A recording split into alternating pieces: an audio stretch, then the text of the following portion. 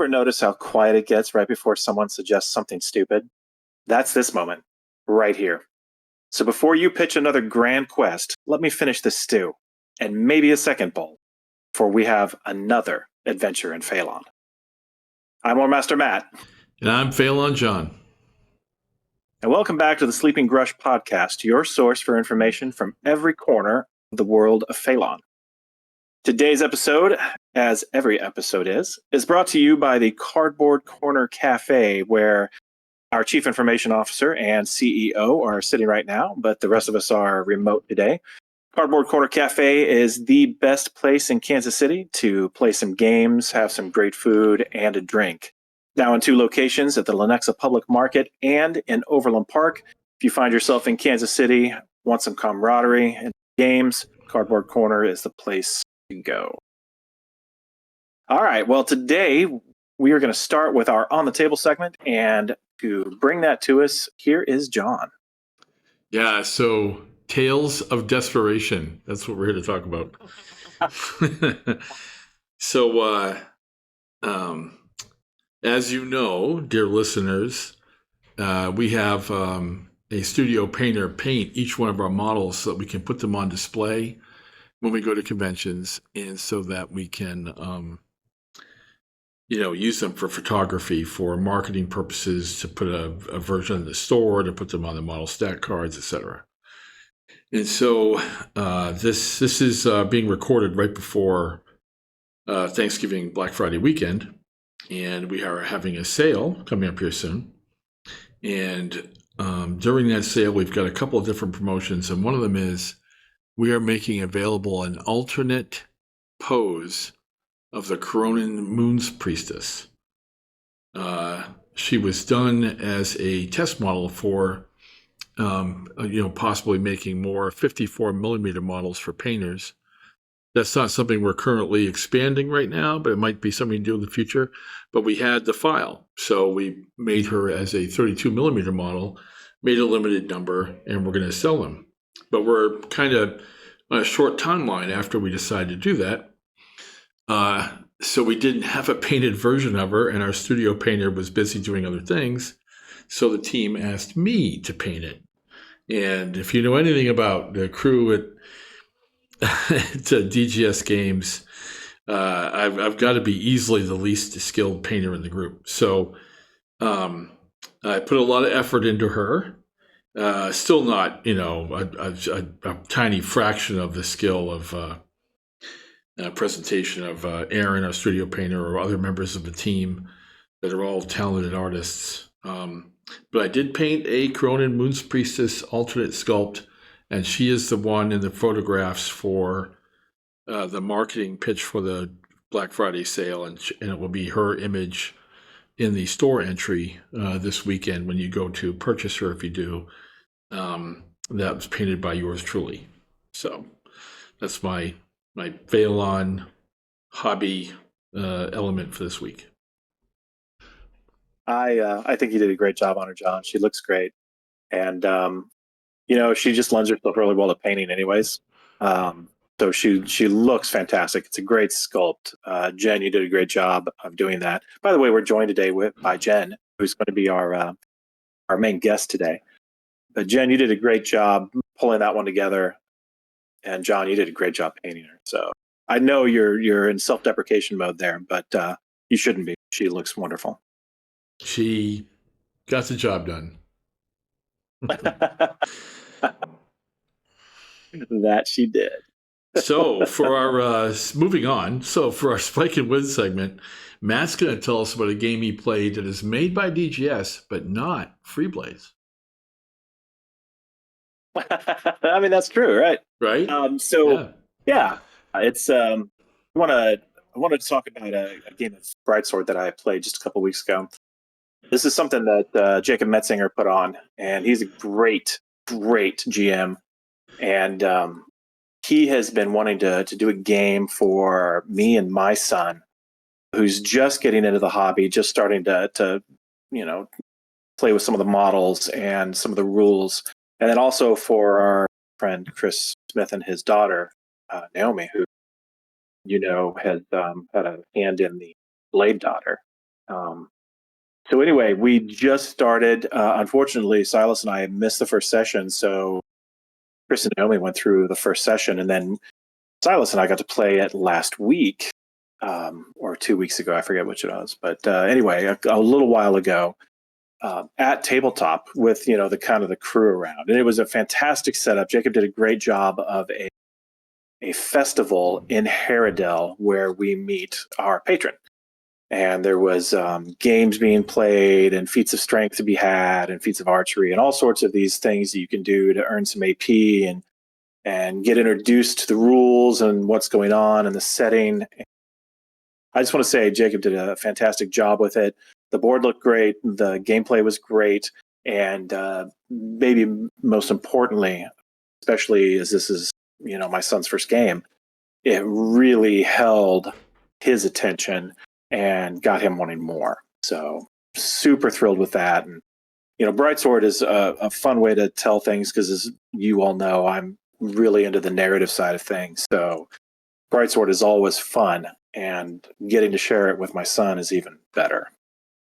Yeah, as an observer of that game, one thing I want to, of course, like you say, Jacob did a great job and had a great story. And, as a fellow game master, I was very appreciative of how well he did. But you said the board, we're, as a group, I think we're a little different than the mainstream. I try to have my set piece encounters as a game master, be 3D as much as possible. Right. You know what I mean?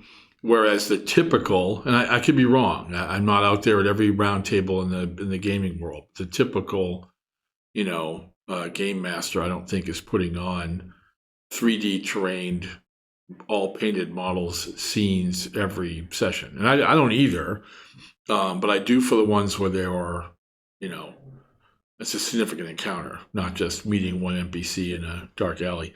And the setting with the archery targets and the different stations, it looked like an old school 60s field day, very much, and although translated into medieval times, basically. And he just, man, he put on a great game, and you could tell that Matt and Silas were really, really enjoying their opportunity to play in it. Great stuff. Yeah, really looking forward to the next session. All right, so I want to introduce, although she needs no introduction, our art dictator, Jenn, is with us today to talk about a whole lot of things, but really about the Black Friday releases. So Jenn, how you doing today? I am doing great and happy to be here. Good. So we've got this Black Friday event that is just come off, because when people hear this, it's going to be over with or about to end. Well, the sale will be over with, I think, by the time they hit the podcast. But this is a release of models, is the part you're focused on. So these models will be available. A lot of it. Yeah, absolutely. So, Jenn, I want to go back a little bit before the release itself, and I want to ask about a couple of things that are part of your process, because I want to give people a behind the scenes look at what it is that we do at DGS and the kind of work that goes into things. So I want you to tell us a little bit about the process before the art dictating happens. How does a DGS model go from a name on one of Julie's spreadsheets to active development? So basically, once it's on the spreadsheet, we have an exact date that Julie wants it done by, and she has agreed to pay my artist, so we are all clear to go on that one. But a lot of times it starts off with either just a name or a name and the description is maybe a sentence. And so we've got to take it from, that point of very little information to fleshing it out to something that looks amazing that you guys cannot wait to buy and get on the table. Yeah. So when you're coming into a new model and you're looking at this and it's black and white lines on a spreadsheet, how do you find inspiration when you're first thinking about what that's going to look like? And once you get that inspiration, how do you communicate that to your concept artist?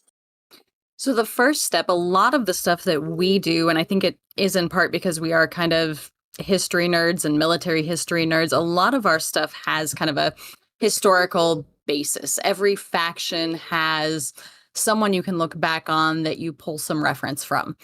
And so that's usually where we start. We start in the historical section.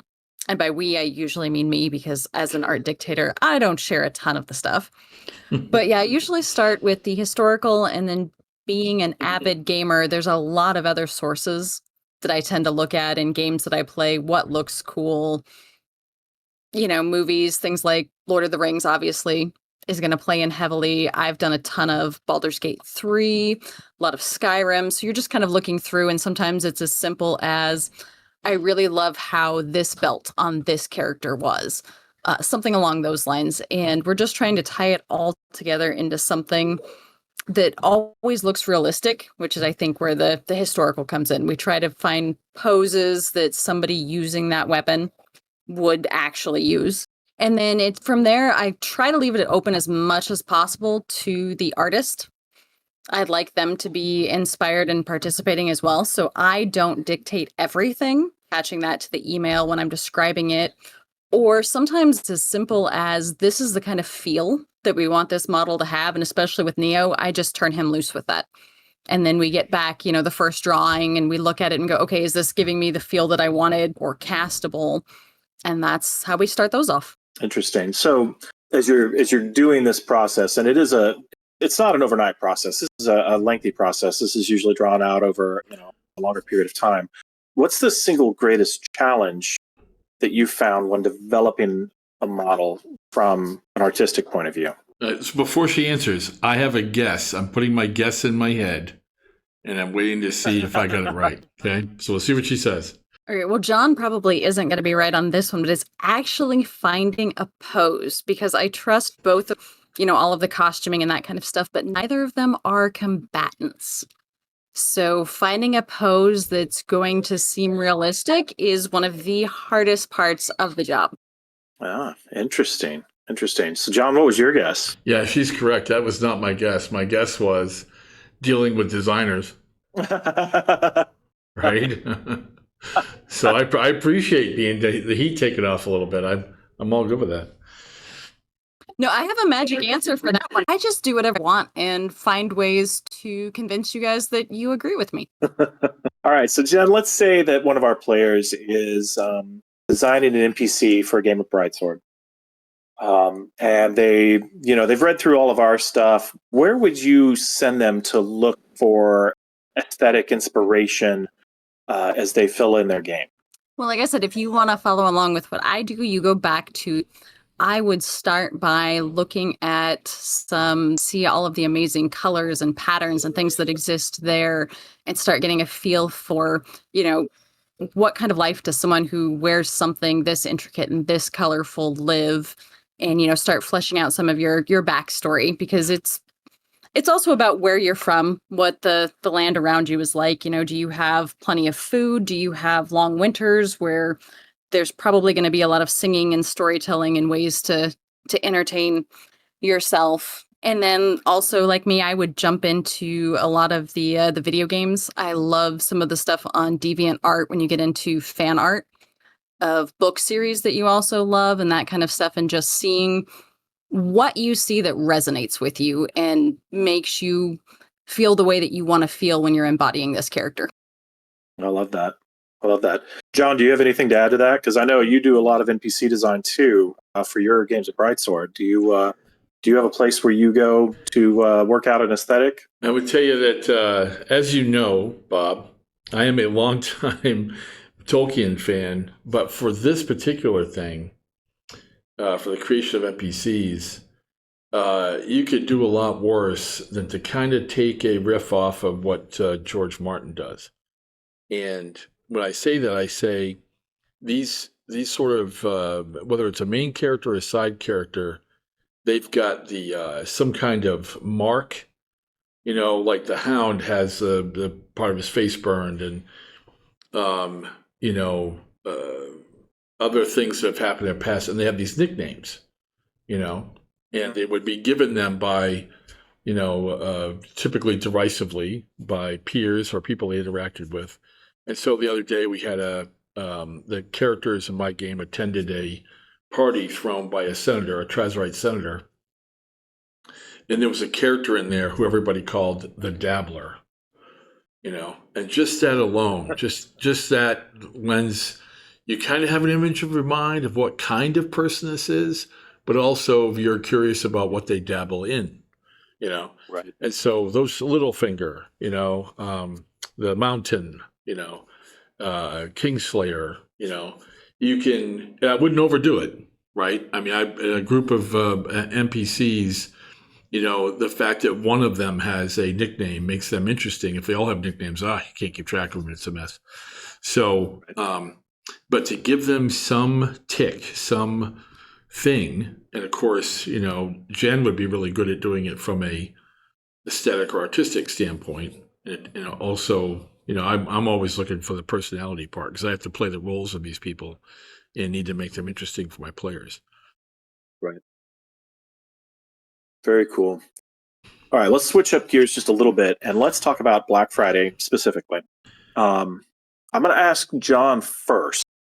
Yeah. These two questions, and then I want Jenn to answer. But the first question is, what was your favorite model to design for the Black Friday release? The Trillion Shifter. Trillion Shifter. Jenn, how about you? I think I had the most fun probably with the Darkbane. Yeah, I can see that artistically, certainly. Yeah. All right. So, not from a design point, but from a finished product standpoint, Jon, what's your favorite model from the Black Friday release? It's the same, and it's because the model. There's a lot to like about all of them. Okay, I mean, picking amongst that group, you have to have a Stag Knight with stag horns, for example. But I would say that the combination of Jenn's work with the concept artist and Jenn's work with the sculptor, that model, as simple as it is, it's a 9 gold follower. It's not like, a 54 gold free band leader. Conveys attitude, right? I mean, she is looking at you and she does not care what you're about, and it's a very subtle thing. She's not wearing a fancy outfit. She's not wearing detailed armor, but the model and its look and its attitude is just conveying, I've had enough of your free band BS, and I'm going to shift out of here. It really does, yeah. All right, Jenn, what's your favorite finished model from the Black Friday release? Oh, before I hop on that, I want to give you a little behind the scenes on Jon's favorite model because that attitude pose is actually pulled from K-pop Demon Hunters. Of course it is. Unrelenting pressure to get me to go to that damn movie, It is good, Jon. You have no idea, but that is exactly the pose. The character in the show has, multiple knives. I'm not sure exactly if they're spirit knives or whatever, but she's standing exactly like that, ready to go fight some demons. And it was such a good pose, and it fit well enough with the shifter that, we had to do a few things to make it castable, but that was very much the inspiration on that one. That's awesome. It's so sad that as soon as you said that it was a K-pop Demon Hunter reference, I knew exactly which one it was too.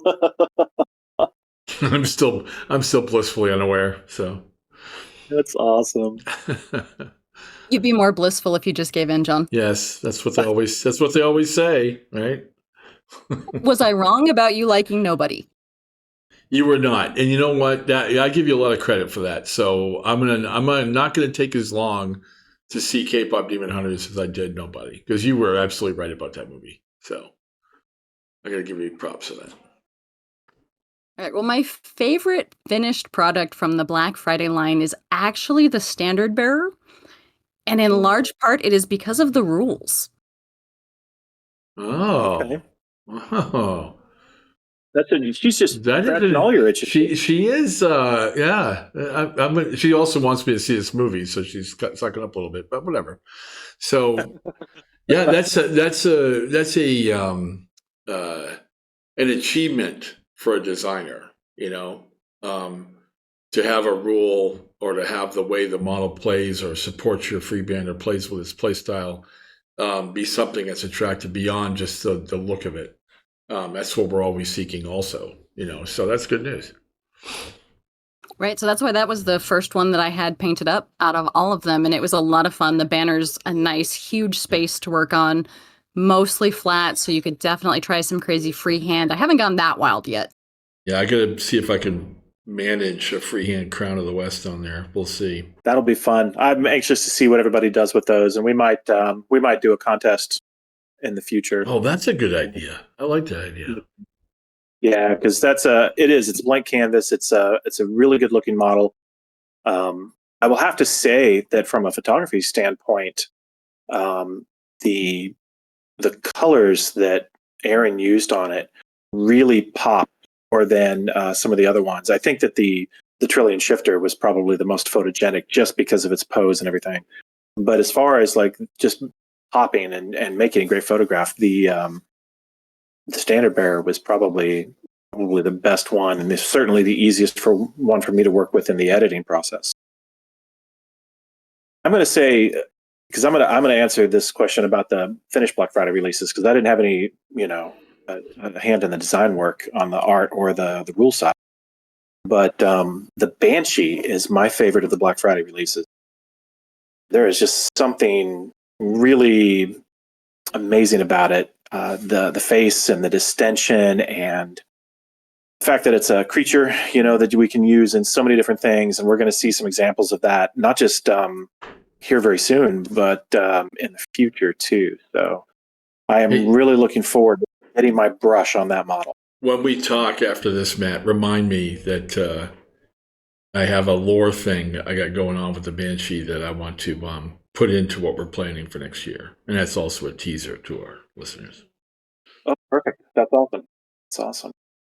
All right, so let's talk a little bit about next year. I don't want to do any spoilers because I've got a whole campaign set out for how that's going to go, and we're going to start doing some teasers here pretty soon. But without naming a model or a faction, Jenn, you are knee deep in March 2026 releases. You're knee deep in the Adepticon process.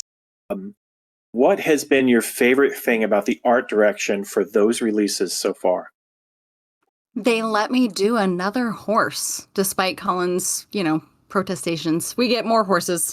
I should have known. I kind of, blindly opened that door, didn't I? Yeah, there is a really cool horse. Because I was just messing with some of the concept art and doing some editing on that a couple of days ago. So that's awesome. Jon, I'm going to ask you the same thing because you've started making stat lines for that. What's been your favorite thing about the design direction, without naming a model or a faction? What's been your favorite thing about the design direction? First of all, I have to say, Jenn, as far as the horse goes, you're welcome. I would say that there is a model, and we're not going to name it or its faction, that we have collectively wanted to put into the system, into the world for a while. And it's one of the earlier ones that Jenn has worked on, and the render for that model is to die for. I mean, it's absolutely one of our best models to date. Who's not going to want that model? So congratulations to Jenn and the artist and the sculptor for the way that model looks, because it's gonna exceed all expectations. It really blew my mind when it came back. And I'd say, talking earlier about not expanding on that 54 millimeter line right now, but maybe in the future, that would be one that I would want to be. Sure. Yeah, I'd like to see what some of the, Lavender Brush Golden Demon artists do with a 54 version of that. Absolutely. Yeah. Oof. Okay, now we need to talk about it. Mm-hmm. All right. Jenn, thank you so much for joining us today. I'm really looking forward to getting these models in front of everybody. And like Jon said, people are going to hear this, and the Black Friday, event is going to be past. But those models are going to be out in the world. We're going to start seeing the painting guides that Aaron Newell has helped us make up for those. And I'm really excited about this release and what it's going to do for people's, not just their desks and their painting, but their tabletops as well, because there's some really awesome models in here that people are going to want. So we have done, I think, a really good job of finding the models that you need to be able to do new things with your free bands. because you've been with us for a while, you've been playing for a while, or you're coming in and you just want to have a lot of options. So, and you guys have highlighted the second hardest part of my job, and that is every time my artist comes back with a render or a concept art, I want to tell them how wonderful it is, and I'm running out of adjectives. And so we were just talking about how good that first sculpt render that we got back was, and I jumped to glorious. Because I'm running out of ways to say how wonderful these things are, but she's glorious. Glorious. Yeah, she's amazing. She really is. All right, John, do you have any unsolicited advice for us today? I have 3 bits of unsolicited advice for you today. My goodness. Short one. Bullet list. Here it goes. Lightning round. Never draw to an inside straight. Take Jenn's movie recommendations, and when it comes to your own painting, don't let the fact, like I say, this is to do with the Moon's Priestess. Don't let the fact, if you're surrounded by people like I am, who are all more skilled than you are, put your head down and stick with it. Add techniques, watch what people are doing, and it is absolutely no substitute for just, continuing to paint, to practice the, brush control, all the things that go into it. I was taken aback by the idea of me painting a model for photography. And then I looked at her and go, well, it's not Erin, but I'm pretty proud of her. And that's after a brutally long period of very, very slow advancing. But done is beautiful, and nobody should be judging your work. You should just be putting models on the table because you want to be a part of the hobby and not worry about what other people are doing. Yeah, I'm gonna echo John's. And one thing about John, folks, and we've talked about this before. I put one model on the table, one finished model on the table for every 30 that he puts on the table, and there's something, I'm the Henry Ford of painters around here. It's true. and you do a lot of historical stuff right now, so a lot of people aren't seeing, a lot of your Freeblade stuff. But I, being part of the Missouri, the MoCamp painting crew, we have a Facebook page where we, kind of keep each other in check and encourage each other. I see what he's doing daily, right? And he is putting paint to models daily. And that's just something that I don't do. And so, yeah, John, take John's advice. That's really good advice. So, all right, folks, we really appreciate you hanging out with us today. We hope that you enjoy your Thanksgiving, or did enjoy your Thanksgiving, and that you are enjoying the new models that we have put out. Before we sign off, we'd like to thank Roger Rexroad, a World of Phalon Patreon subscriber who supports DGS games and the Freeblades community at the Change Seeker level. For more information on the World of Phalon Patreon, please visit www.patreon.com/DGS games. We appreciate everybody hanging out. If you have any comments, we'd love you to leave them on the Sleeping Grush Discord channel. And until next time, we'll see you around the table. Thank you, Jenn. Thank you for having me. Sil Sakava.